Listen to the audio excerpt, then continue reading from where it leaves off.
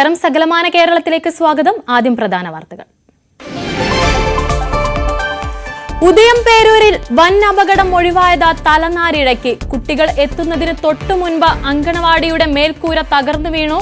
ഇടിഞ്ഞു വീണത് Kandanad JBS LP സ്കൂളിന്റെ പഴയ കെട്ടിടം.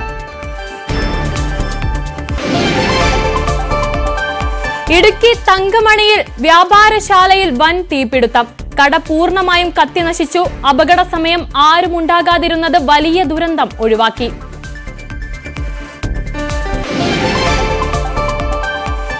കോന്നി അപകടത്തിൽ ഞങ്ങളെ അനുഗ്രഹിച്ച് സഹായിക്കണമേ. കോന്നി അപകടത്തിൽ മരിച്ചവർക്ക് വിട നൽകി നാട്. 4 പേരുടെയും മൃതദേഹം സംസ്കരിച്ചു.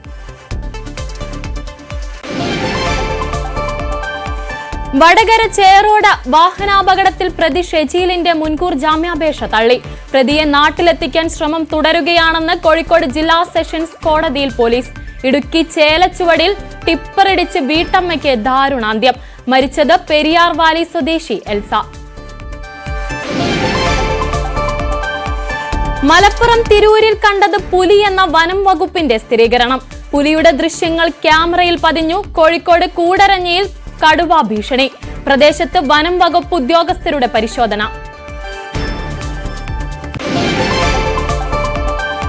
സംസ്ഥാനത്തെ താറാവ് കർഷകരുടെ ജീവിതം കടുത്ത പ്രതിസന്ധിയിൽ. പക്ഷിപ്പനിക്കാലത്തെ നിരോധനം 7 മാസമായിട്ടും നീക്കിയില്ല. നഷ്ടപരിഹാര തുക നൽകാതെ സർക്കാരും. ഇക്കുറി ക്രിസ്തുമസ് വിപണിയിലും താറാവിറച്ചി ഉണ്ടാകില്ല.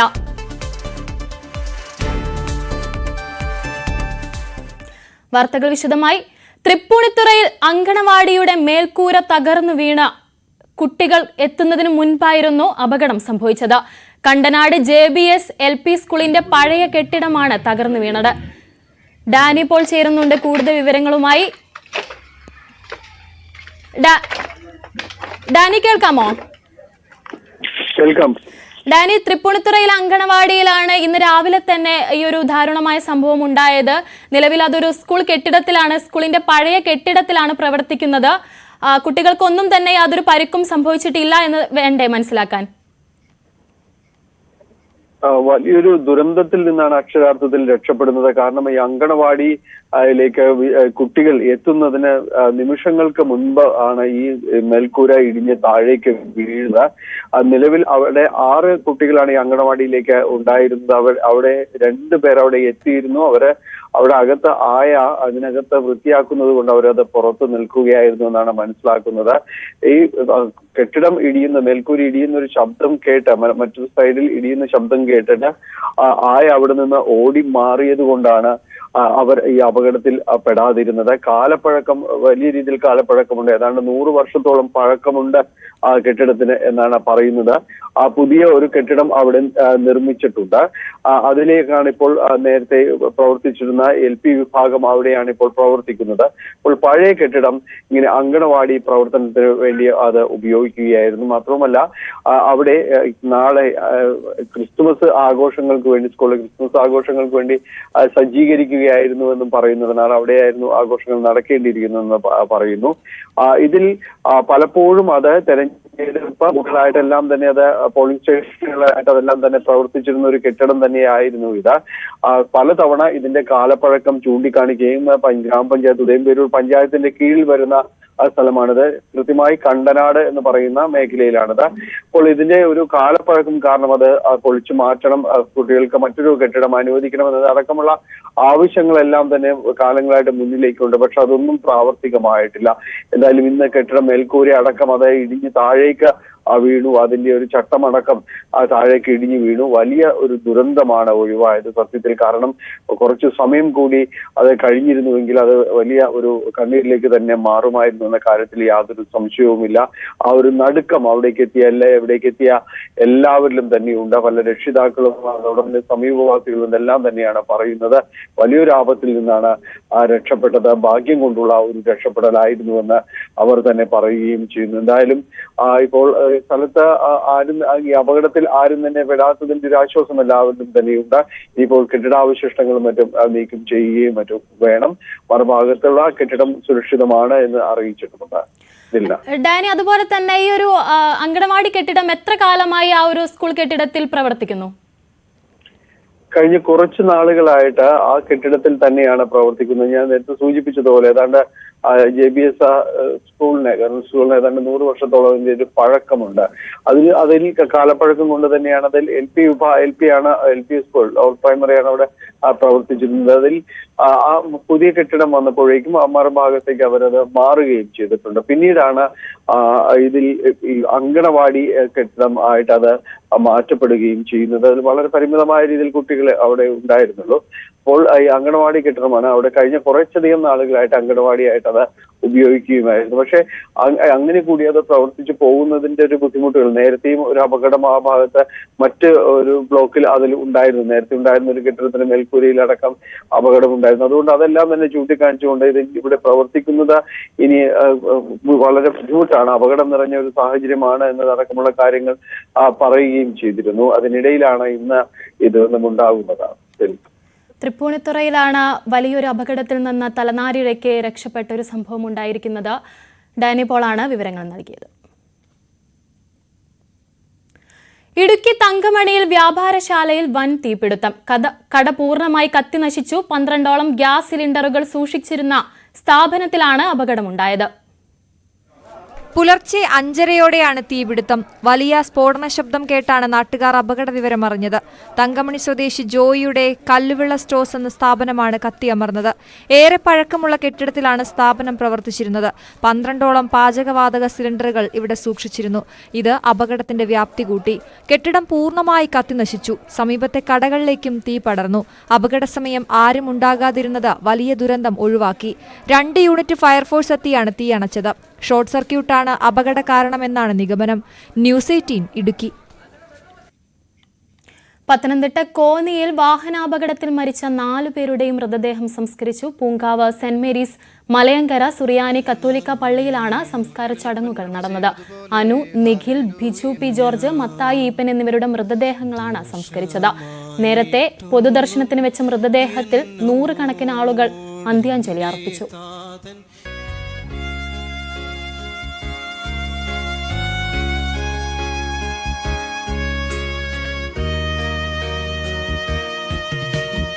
കാണാമെനിക്കെന്റെ രക്ഷിതാവേ താതൻ രാജേ. ഇടുക്കി ചേലച്ചുവടിൽ ടിപ്പറിടിച്ച് വീട്ടമ്മയ്ക്ക് ദാരുണാന്ത്യം. പെരിയാർ വാലി സ്വദേശി എൽസയാണ് മരിച്ചത്. ഇന്ന് രാവിലെയാണ് നടന്നു പോവുകയായിരുന്ന എൽസിയെ ടിപ്പറിടിച്ചത്. ആശുപത്രിയിൽ എത്തിച്ചെങ്കിലും മരണം സംഭവിക്കുകയായിരുന്നു. വടകര ചേറോട് വാഹനാപകടത്തിൽ പ്രതി ഷെജീലിന്റെ മുൻകൂർ ജാമ്യാപേക്ഷ തള്ളി. കോഴിക്കോട് ജില്ലാ സെഷൻസ് കോടതിയാണ് ജാമ്യാപേക്ഷ തള്ളിയത്. പ്രതിയെ നാട്ടിലെത്തിക്കാൻ ശ്രമം തുടരുകയാണ് അന്വേഷണ സംഘം. കഴിഞ്ഞ ഫെബ്രുവരി 17-ന് ചേറോട് മേൽപ്പാലത്തിന് സമീപമാണ് അപകടമുണ്ടായത്. പരിക്കേറ്റ 9-കാരി ദൃശാന അബോധാവസ്ഥയിലാണ്. കുട്ടിയുടെ അമ്മൂമ്മ അപകടത്തിൽ മരിച്ചിരുന്നു. മാസങ്ങൾ നീണ്ട അന്വേഷണത്തിനൊടുവിലാണ് അപകടമുണ്ടാക്കിയ വാഹനം തിരിച്ചറിഞ്ഞത്. കോതമംഗലം ഇരുമലപ്പടിയിൽ 6 വയസ്സുകാരിയെ വീടിനുള്ളിൽ മരിച്ച നിലയിൽ കണ്ടെത്തി. ഉത്തർപ്രദേശ് സ്വദേശികളായ അജാസിന്റെ മകൾ മുസ്കാനാണ് മരിച്ചത്. രാത്രി ഭക്ഷണം കഴിച്ച് ഉറങ്ങാൻ കിടന്ന കുട്ടി രാവിലെ എഴുന്നേറ്റില്ലെന്ന കുടുംബം മൊഴി നൽകി. പോലീസും ഫോറൻസിക് വിദഗ്ധരും സ്ഥലത്ത് പരിശോധന നടത്തി. പുതുപ്പാലത്തിന് താമസിക്കുന്ന അജാസ് ഖാന്റെ മോളാണ്. ഇവിടെ രാവിലെ അവർ എണീറ്റപ്പോ ബെഡ്റൂമില് കുഞ്ഞുങ്ങൾ 2 പേരും ആയിട്ട് ഒരു ബെഡ്റൂമിലും അവർ 2 പേരും ഭാര്യയും ഭർത്താവും ഒരു ബെഡ്റൂമിലും ആയിട്ടാണെന്നാണ് അജാസ് ഖാൻ പറഞ്ഞത്. രാവിലെ എണീച്ചപ്പോൾ മരിച്ചു കിടക്കുകയായിരുന്നു. അപ്പൊ തന്നെ പോലീസിൽ വിവരം അറിയിച്ചു. പോലീസ് വന്ന് അതിന്റെ നടപടികൾ നടക്കുകയാണ്. മറ്റു വിവരങ്ങളൊക്കെ പോലീസിനാണ് അറിയാവുള്ളൂ എന്താണെന്നുള്ളത്. ടാൾസൺ ചേരുന്നുണ്ട് വിവരങ്ങളുമായി. ടാൾസൺ, ഇന്നലെ ഉറങ്ങാൻ കിടന്ന കുട്ടിയാണ്. രാവിലെ എണീറ്റപ്പോൾ എണീറ്റില്ലെന്ന മൊഴിയാണ് മാതാപിതാക്കൾ നൽകിയത്. എന്താണ് ഉദ്യോഗസ്ഥരുടെ പ്രാഥമിക നിഗമനം? എന്താണ് കാരണം? എന്തെങ്കിലും അറിയാൻ സാധിക്കുന്നുണ്ടോ? ഇന്ന് രാവിലെയാണ് പെൺകുട്ടിയെ മരിച്ച നിലയിൽ കണ്ടെത്തിയത്. ഉത്തർപ്രദേശ് സ്വദേശിയായ കുട്ടിക്ക് 5.5 വയസ്സ് പ്രായമായിരുന്നു. ഇന്നലെ രാത്രി ഭക്ഷണം കഴിഞ്ഞ് ഉറങ്ങാൻ കിടന്നതായിരുന്നു. രാവിലെയാണ് പെൺകുട്ടിയെ മരിച്ച നിലയിൽ കണ്ടത്. CI PT വിജയുടെ നേതൃത്വത്തിൽ കോതമംഗലം പോലീസും ഫോറൻസിക് വിദഗ്ധരും സ്ഥലത്തെത്തി പരിശോധന നടത്തി. ഈ ദമ്പതികൾക്ക് 2 കുട്ടികളാണുള്ളത്. കുട്ടികൾ ഒരു മുറിയിലും മാതാപിതാക്കൾ മറ്റൊരു മുറിയിലുമായാണ് കിടന്നതെന്നാണ് അറിയുന്നത്. മൃതദേഹം പോസ്റ്റ്മോർട്ടത്തിനായി കളമശ്ശേരി മെഡിക്കൽ കോളേജിലേക്ക് കൊണ്ടുപോയി. പോസ്റ്റ്മോർട്ടം കഴിഞ്ഞാൽ മരണകാരണം വ്യക്തമാകും.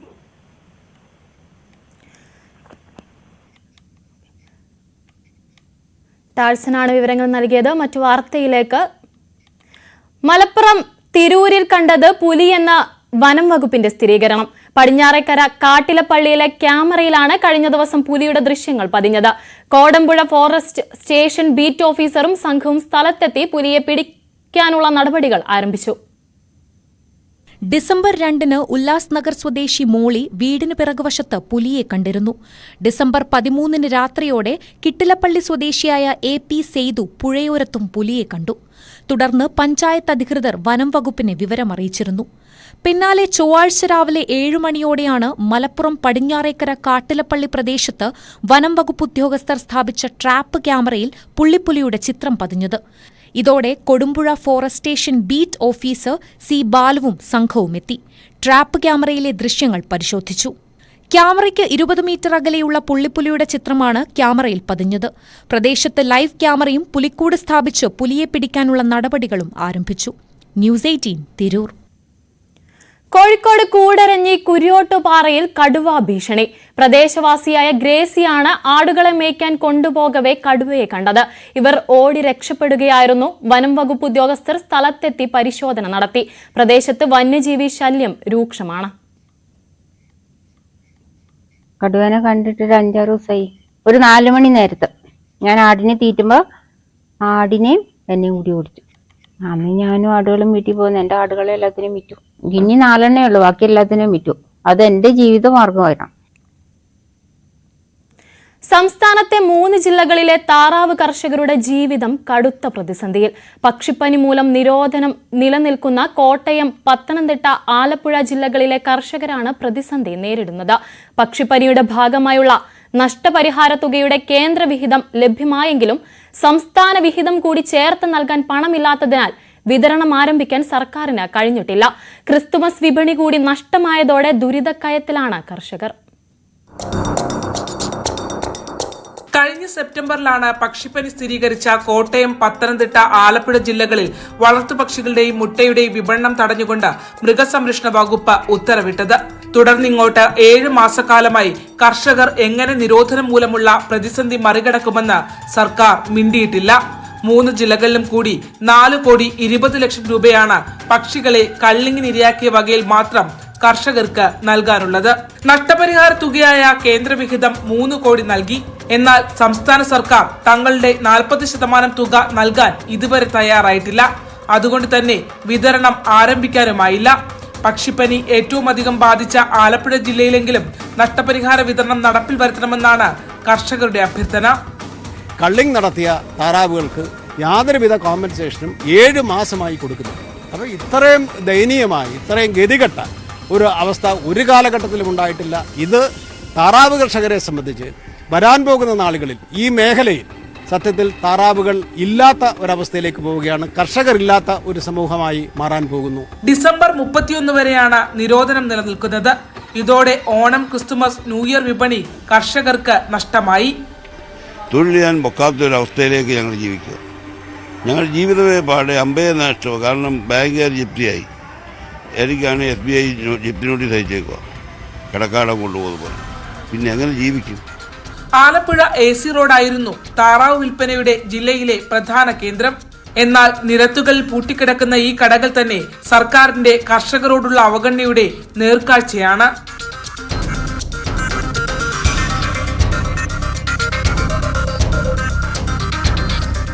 ക്രിസ്തുമസ് വിപണി തകർന്നതാണ് കർഷകർക്കും വിൽപ്പനക്കാർക്കും ഒരുപോലെ തിരിച്ചടിയായത്. താറാവ് തീരെ കുറവാണ്, കിട്ടാൻ മാർഗമില്ല. എവിടുന്നാ നിങ്ങൾ താറാവ് കൊണ്ടുവരുന്നത്? ഇപ്പം നെടുമുടി നമ്മുടെ മുതലാളി വളർത്തുന്ന ഒരു താറാവാണ്. അതിൻ്റെ അകത്ത് നമുക്കിപ്പോൾ ഒരു 800 താറാവ് കിട്ടി. ആ 800 താറാവ് നമുക്കൊരു ഇപ്പോഴത്തെ രീതിയാണെങ്കിൽ ഒരു 22-20 ഒക്കെ ആകുമ്പോൾ താറാവ് തീരും. പിന്നെ നമ്മളിവിടെ കുത്തിയിരിക്കണം. ആന്ധ്രയിൽ നിന്നോ തമിഴ്നാട്ടിൽ നിന്നോ പോലും താറാവിനെ ലഭ്യമാകുന്നില്ലെന്നും നഗരത്തിലുള്ള കച്ചവടക്കാർ പറയുന്നു. 9 മാസമായിട്ട് താറാവ് തീരെ കിട്ടാനില്ല. ഇപ്പൊ ടൗണിൽ, ആലപ്പുഴ ടൗണിലോട്ട് ചെന്ന് കഴിഞ്ഞാൽ തന്നെ പല കടകൾ നിരവധി കടകളാണ് അടച്ചിട്ടിരിക്കുന്നത്. സാധാരണ ചെറുകിട കച്ചവടക്കാരില്ല. അപ്പോൾ അതിനൊരു സർക്കാർ അതിൻ്റെ വേണ്ടതൊരു നടപടി എടുക്കാത്തത് കൊണ്ടായിരിക്കാം ഇപ്പോൾ 8-9 മാസമായിട്ട് കച്ചവടം ഇല്ല. അതുകൊണ്ട് താറാവ് എടുക്കാനില്ല, താറാവ് കിട്ടാനില്ല. മുട്ട വ്യാപാരത്തെയും നിരോധനം കാര്യമായി ബാധിച്ചു. 10 രൂപയായിരുന്ന മുട്ടവില 13 രൂപയായി ഉയർന്നു. 330 രൂപയായിരുന്ന താറാവിന് ലഭ്യത കുറവ് മൂലം 400 രൂപയാണിപ്പോൾ. ഇത് പൊതുജനങ്ങളിലും ബുദ്ധിമുട്ടുണ്ടാക്കുന്നു. ഈ മാസം 31-ന് നീണ്ട നിരോധനം അവസാനിക്കുമെങ്കിലും അതിനുശേഷം മാത്രമേ മുട്ടവിരിക്കൽ ഉൾപ്പെടെയുള്ള കാര്യങ്ങളിലേക്ക് കർഷകർക്ക് കടക്കാൻ കഴിയൂ എന്നതുകൊണ്ട് തന്നെ ഈസ്റ്റർ വിപണിയും ഇത്തവണ നഷ്ടമാകും. ഇതിനോടകം തന്നെ ആന്ധ്രയും തമിഴ്നാടുമൊക്കെ കേരളത്തിന്റെ താറാവ് വിപണി കൈയടക്കി കഴിഞ്ഞിരിക്കുന്നു. ഇനിയെങ്കിലും കർഷകർക്ക് ധനസഹായം നൽകാൻ സർക്കാർ തയ്യാറായില്ലെങ്കിൽ ഒരുപാട് പേർക്ക് ഉപജീവനമാർഗമായ താറാവ് കൃഷി തന്നെ കേരളത്തിൽ നിന്ന് തുടച്ചു നീക്കപ്പെടും. ക്യാമറമാൻ പ്രശാന്ത് മംഗലശ്ശേരിക്കൊപ്പം ആലപ്പുഴയിൽ നിന്നും ശരണ്യ സ്നേഹജൻ, ന്യൂസ് 18. ബ്രഹ്മപുരം മാലിന്യ സംസ്കരണ പ്ലാന്റിൽ കെട്ടിക്കിടക്കുന്ന മാലിന്യങ്ങൾ നീക്കം ചെയ്യാൻ നടത്തുന്ന ബയോ മൈനിങ്ങിൽ ക്രമക്കേടെന്ന ഓഡിറ്റ് റിപ്പോർട്ടിൽ അന്വേഷണം വേണമെന്ന പ്രതിപക്ഷ കൌൺസിലർമാർ. ബയോ മൈനിങ്ങിനായി കോർപ്പറേഷന് 9.49 കോടി രൂപ അധികമായി ചെലവായെന്നും റിപ്പോർട്ടിൽ പറയുന്നു. സംസ്ഥാന ഓഡിറ്റ് വകുപ്പ് നടത്തിയ സ്പെഷ്യൽ ഓഡിറ്റിലാണ് നഷ്ടം ചൂണ്ടിക്കാട്ടുന്നത്. ഏപ്രിൽ 30 വരെ 3.5 മാസം നടത്തിയ ബയോ മൈനിങ്ങിന് 9.49 കോടി രൂപ അധികമായി ചിലവായെന്നാണ് ഓഡിറ്റ് വിഭാഗം പരിശോധനയിൽ കണ്ടെത്തിയത്.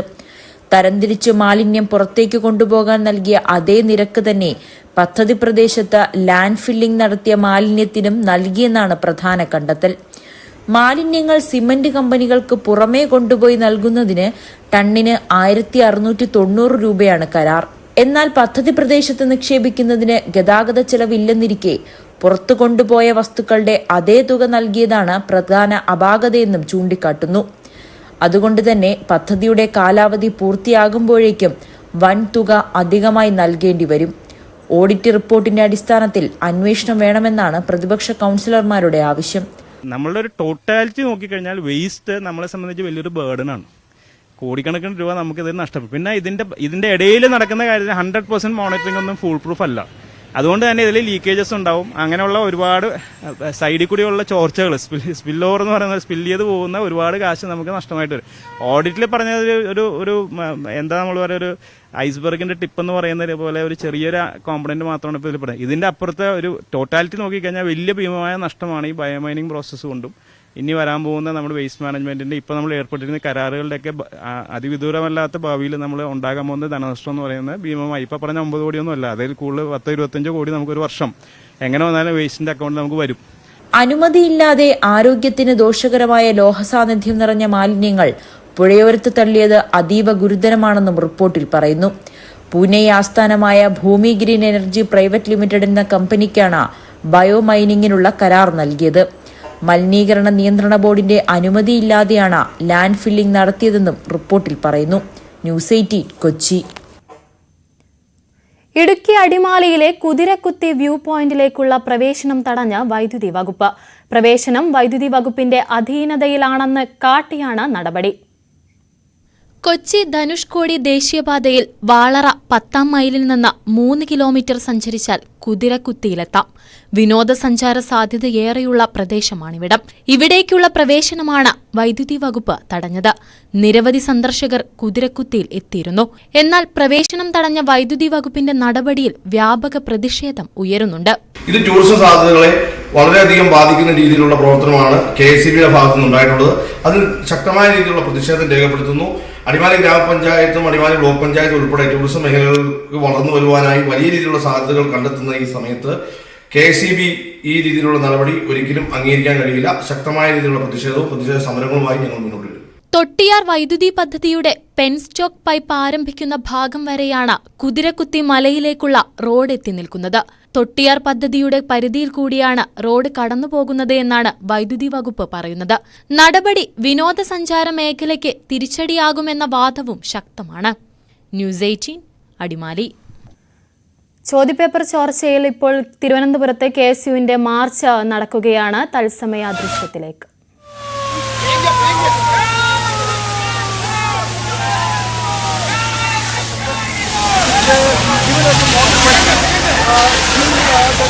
Standard and 11 standard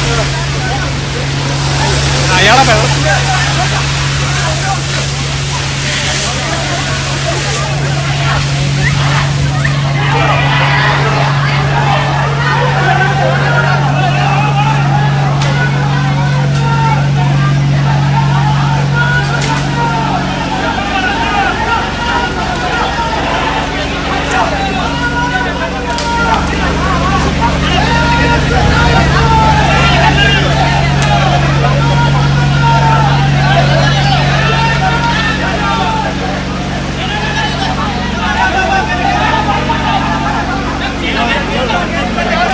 ഡാൻ കുര്യനുണ്ട് വിവരങ്ങളുമായി. ഡാൻ, എന്താണ് നിലവിൽ അവിടെ നടക്കുന്നത്?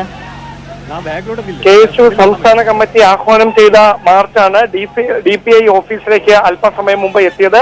DPI ഓഫീസിന് സമീപത്ത് പോലീസ് ബാരിക്കേഡ് തീർത്ത് പ്രവർത്തകരെ തടയുകയായിരുന്നു. തുടർന്ന് KPCCയുടെ സംഘടനാകാര്യ general secretary M. Liju march ഉദ്ഘാടനം ചെയ്തു. അതിന് തൊട്ടു പിന്നാലെയാണ് ബാരിക്കേഡ് തള്ളി നീക്കിക്കൊണ്ട് പുറത്തേക്ക് കടക്കാനുള്ള പ്രവർത്തകരുടെ ശ്രമം പോലീസ് ജലപീരങ്കി ഉപയോഗിച്ച് തടഞ്ഞത്. 2 തവണ പ്രവർത്തകർക്ക് നേരെ പോലീസ് ജലപീരങ്കി പ്രയോഗിച്ചു. അതിനുശേഷം വീണ്ടും ബാരിക്കേഡ് തള്ളി മാറ്റി പുറത്തേക്ക് കടക്കാൻ പ്രവർത്തകർ ശ്രമിക്കുകയാണ്. ഇതാ പോലീസ് വീണ്ടും ജലപീരങ്കി പ്രയോഗിക്കുന്നു. വലിയ പ്രതിഷേധങ്ങൾ കഴിഞ്ഞ ദിവസങ്ങളിൽ ഈ ചോദ്യപേപ്പർ ചോർച്ചയുമായി ബന്ധപ്പെട്ട് വിദ്യാർത്ഥി സംഘടനകളുടെ നേതൃത്വത്തിൽ പ്രതിപക്ഷ വിദ്യാർത്ഥി സംഘടനകൾ കഴിഞ്ഞ ദിവസങ്ങളൊക്കെ ഉണ്ടായിരുന്നു. അതിന്റെ തുടർച്ചയായിട്ടാണ് KSU സംസ്ഥാന കമ്മിറ്റിയും DPIയിലേക്ക് ഇങ്ങനെയൊരു പ്രതിഷേധ മാർച്ച് സംഘടിപ്പിച്ചത്. ആ മാർച്ചിന് നേരെയാണ് പോലീസ് ഇപ്പോൾ തുടർച്ചയായി ജലപീരങ്കി പ്രയോഗിക്കുന്നത്. പക്ഷേ പ്രതിഷേധക്കാർ തിരിഞ്ഞു പോകാൻ കൂട്ടാക്കാതെ ഇപ്പോഴും ബാരിക്കേഡിന് മുൻപിൽ നിന്ന് മുദ്രാവാക്യം വിളിച്ച് പ്രതിഷേധം തുടരുന്ന ഒരു സാഹചര്യമാണ് നിലവിൽ. പക്ഷേ മറ്റ് തരത്തിലുള്ള നടപടികളിലേക്കൊന്നും പോലീസ് കടന്നിട്ടില്ല. 3 തവണ ജലപീരങ്കി പ്രയോഗിച്ചുകൊണ്ട് പ്രവർത്തകരെ പിരിച്ചുവിടാനാണ് പോലീസ് ശ്രമിച്ചത്. പക്ഷേ ബാരിക്കേഡ് തള്ളി നീക്കിക്കൊണ്ടിതാ പ്രതിഷേധക്കാർ അതിന് മുകളിലൂടെ താഴേക്ക് കടക്കാൻ ശ്രമിക്കുകയാണ്. ഒരുപക്ഷെ ഇനി പോലീസ് ജലപീരങ്കി പ്രയോഗിക്കുന്നതിനപ്പുറത്തേക്ക് പ്രവർത്തകരെ ബലം പ്രയോഗിച്ച് ഇവിടുന്ന് നീക്കാനുള്ള ഒരു സാഹചര്യമാണ് നിലവിലുള്ളത്. പ്രധാനപ്പെട്ട റോഡാണ് വഴുതക്കാട് നിന്ന് ജഗതിയിലേക്കുള്ള ഈ റോഡ്. ആ റോഡിൽ DGPയുടെ വസതി ഉൾപ്പെടെയുള്ള സുരക്ഷാ മേഖല കൂടിയാണ്.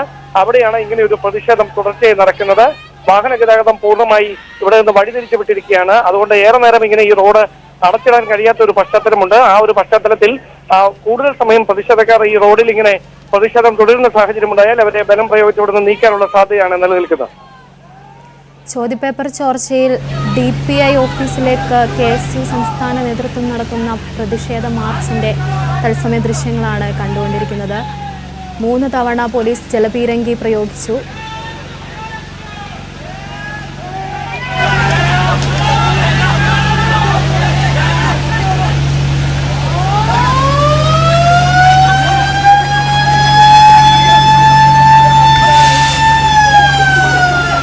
വീണ്ടും ജലപീരങ്കി പ്രയോഗിക്കുന്ന ദൃശ്യങ്ങളാണ് തത്സമയമായി കണ്ടുകൊണ്ടിരിക്കുന്നത്. പ്രതിഷേധക്കാർ പിന്നോട്ടില്ലെന്ന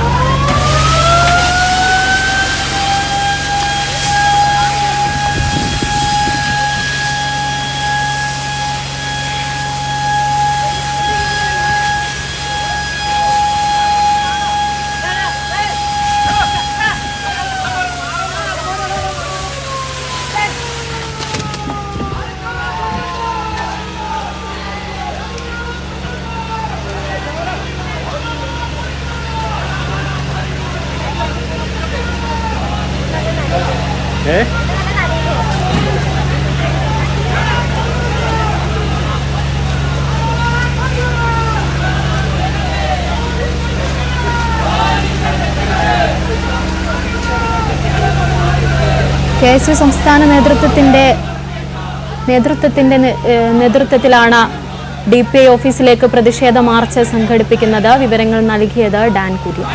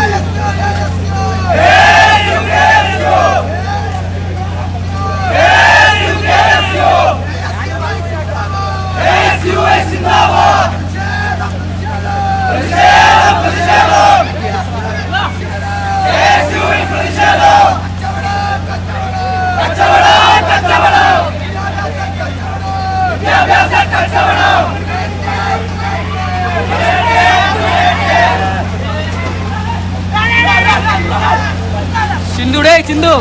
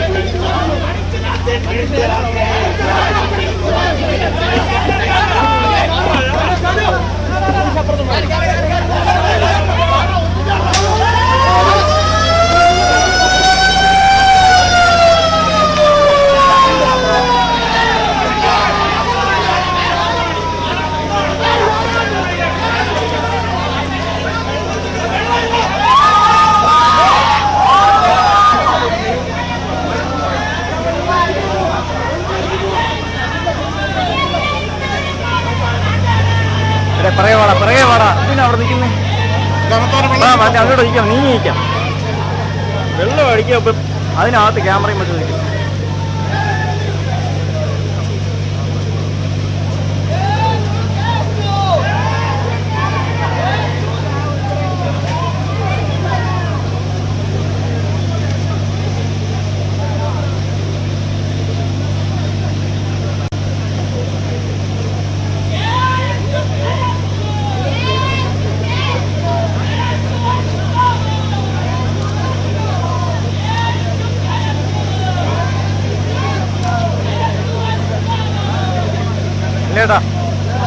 അല്ലേടാ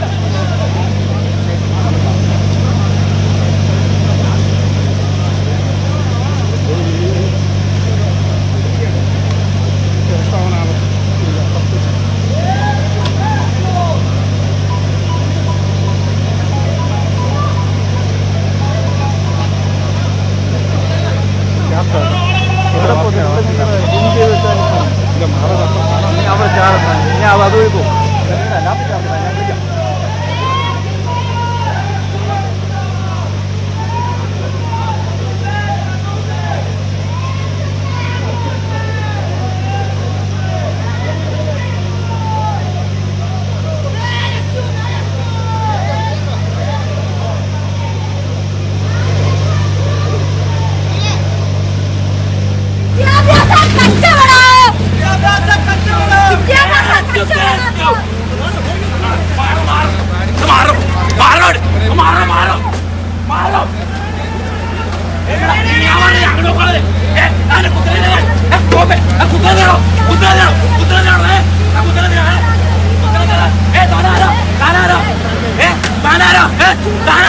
ചോദ്യപേപ്പർ ചോർച്ചാ വിവാദത്തിൽ പ്രതിഷേധം ആളിക്കത്തുകയാണ്. സംസ്ഥാന വ്യാപകമായി KSU പ്രതിഷേധം സംഘടിപ്പിക്കുന്നു. തിരുവനന്തപുരത്ത് KSU സംഘടിപ്പിച്ച ചോദ്യപേപ്പർ ചോർച്ചയുമായി ബന്ധപ്പെട്ട വിഷയത്തിൽ KSU സംഘടിപ്പിച്ച മാർച്ച് അക്രമത്തിൽ കലാശിച്ചിരിക്കുന്നു, സംഘർഷത്തിൽ കലാശിച്ചിരിക്കുന്നു. പോലീസ് ജലപീരങ്കി പ്രയോഗിച്ചു. പ്രവർത്തകരെ അറസ്റ്റ് ചെയ്ത് നീക്കാൻ ശ്രമം നടക്കുന്നു. ഡാൻ കുര്യൻ ചേരുന്നു തിരുവനന്തപുരത്ത് നിന്ന് വിശദാംശങ്ങളുമായി.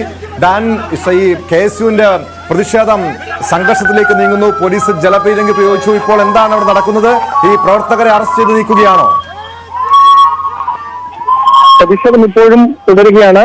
പോലീസ് തുടർച്ചയായി പ്രതിഷേധക്കാർക്ക് നേരെ 4 തവണ ജലപീരങ്കി പ്രയോഗിച്ചിരുന്നു. പക്ഷേ ഇപ്പോഴും KSU പ്രവർത്തകർ പിന്തിരിയാൻ കൂട്ടാക്കിയിട്ടില്ല. അതുകൊണ്ട് തന്നെയാണ് പോലീസ് തുടർച്ചയായി വീണ്ടും ജലപീരങ്കി പ്രയോഗിച്ചുകൊണ്ടിരിക്കുന്നത്. മറ്റ് നടപടികളിലേക്കൊന്നും കടന്നിട്ടില്ല. ഒരു തവണ ബാരിക്കേഡിന് മുകളിലൂടെ താഴേക്ക് ചാടാൻ ശ്രമിച്ച പ്രവർത്തകരെ പോലീസ് വിരട്ടി ഓടിക്കാൻ ശ്രമിച്ചിരുന്നു. അത് പോലീസും പ്രവർത്തകരും തമ്മിലുള്ള വാക്ക് തർക്കത്തിലേക്ക് നയിച്ചിരുന്നു. അതിന് പിന്നാലെ ചിതറിയോടിയ പ്രവർത്തകരിൽ ചിലർ മറുവശത്ത് കൂടി DPI ഓഫീസിനടുത്തേക്ക് എത്താനായി നടത്തുന്ന ശ്രമമാണ് ഇപ്പോൾ തർക്കത്തിന് വഴിവെച്ചിരിക്കുന്നത്.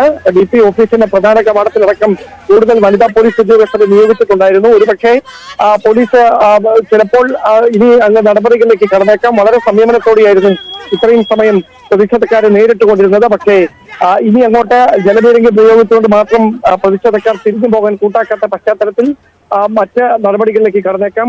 ഇവരെ വിരട്ടി ഓടിക്കുന്നതടക്കമുള്ള തുടർ നടപടികൾ പോലീസിന്റെ ഭാഗത്തുനിന്ന് ഉണ്ടാകാനാണ് സാധ്യത. തുടർച്ചയായി ജലപീരങ്കി പ്രയോഗിച്ചിട്ടും ചെതറിയോടിയ പ്രവർത്തകർ വീണ്ടും സംഘടിച്ചെത്തി ബാരിക്കേഡിന് മുകളിലൂടെ താഴേക്ക് ചാടാൻ നടത്തിയ ശ്രമമാണ് പോലീസ് 3-4 തവണ ചെറുത്തത്. പക്ഷെ എന്നിട്ടും പ്രവർത്തകരാരും തിരിഞ്ഞു പോകാൻ കൂട്ടാക്കിയിട്ടില്ല. ഇപ്പോഴും പ്രതിഷേധം തുടരുകയാണ്.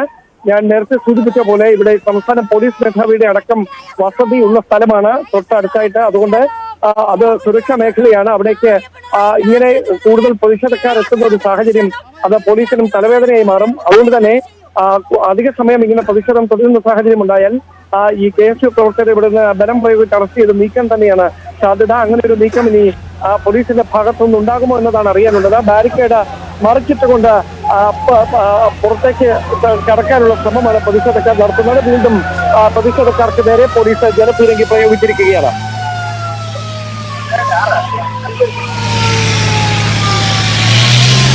അതായത് കഴിഞ്ഞ ദിവസം ഈ കോഴിക്കോടായിരുന്നല്ലോ, കോഴിക്കോട് ട്യൂഷൻ സെന്ററിനെതിരെ ആയിരുന്നല്ലോ ആദ്യം ആരോപണം ഉയർന്നത്.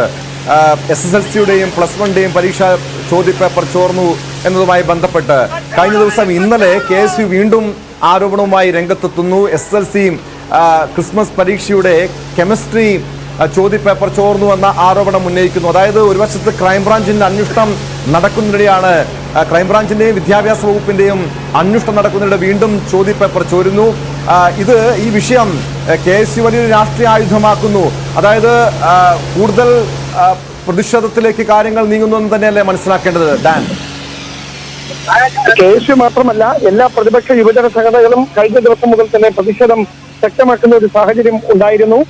തുടക്കം മുതൽ തന്നെ ഇത് അധ്യാപകരും ഈ യൂട്യൂബ് ചാനലുകളുടെ ഉടമകളും തമ്മിലുള്ള ഒരു അവിഹിത കൂട്ടുകെട്ടാണ് ഇങ്ങനെ ചോദ്യപേപ്പറുകൾ തന്നെ ചോരുന്ന സാഹചര്യത്തിലേക്ക് നയിക്കുന്നത് എന്നൊരു ആക്ഷേപമാണ് യുവജന സംഘടനയുടെ പ്രതിനിധികൾ ഉന്നയിച്ചുകൊണ്ടിരുന്നത്.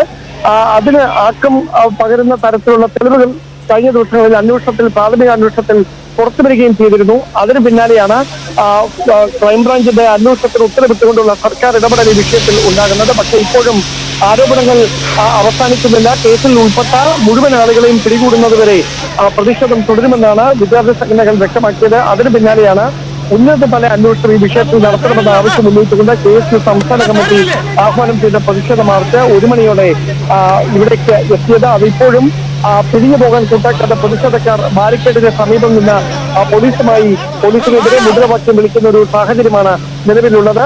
തുടർച്ചയായി ജലപീരങ്കി പ്രയോഗിച്ചെങ്കിലും പ്രതിഷേധക്കാർ ചിതറിയോടിയതിനു ശേഷം വീണ്ടും സംഘടിച്ചെത്തി ബാരിക്കേഡിന് മുൻപിൽ നിന്ന് പോലീസുമായി നേർക്കുനേർ വാക്കുതർക്കത്തിൽ ഏർപ്പെടുന്ന സാഹചര്യമാണ് ഇപ്പോൾ നിലനിൽക്കുന്നത്.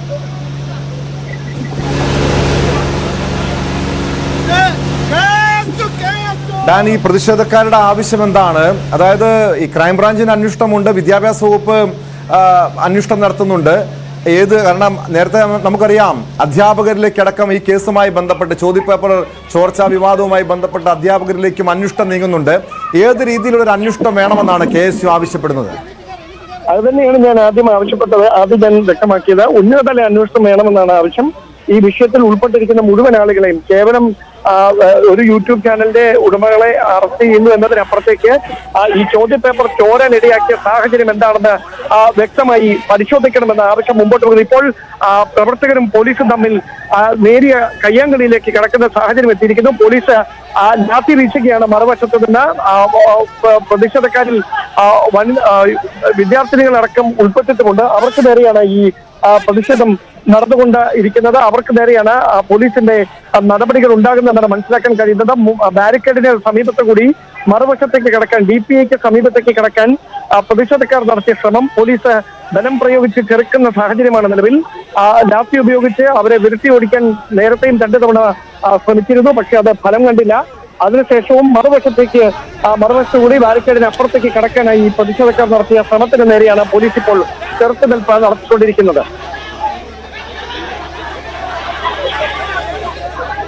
വ്യക്തമാണ്. ഡാൻ കുര്യനാണ് തിരുവനന്തപുരത്ത് നിന്ന് വിവരങ്ങൾ നൽകിയത്. ചോദ്യപേപ്പർ ചോർച്ചയിലാണ് KSUവിന്റെ പ്രതിഷേധം നടക്കുന്നത്. KSU പ്രവർത്തകരെ അറസ്റ്റ് ചെയ്ത് നീക്കുന്നു. ജലപീരങ്കി പ്രയോഗിച്ചു. ഈ പ്രതിഷേധം ക്രമാസക്തമാകുന്ന തലത്തിലേക്കാണ് കാര്യങ്ങൾ.